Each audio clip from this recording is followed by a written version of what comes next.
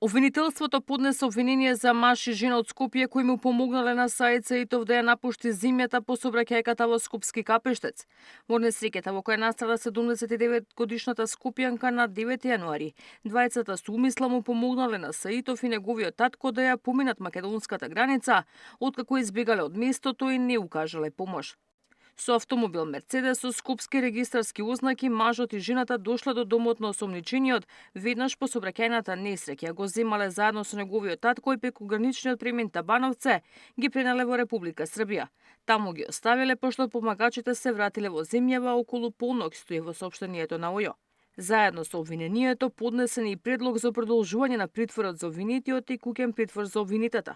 Како соизвршители им се заканува казна затвор од 3 месеци до 5 години.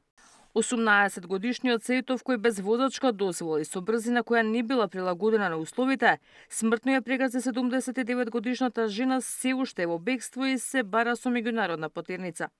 Во исто време, обвинителството презема действија за испитување на евентуална одговорност и на други лица во овој настан. Ивана Соколовиќ, Најдова, Сител телевизија.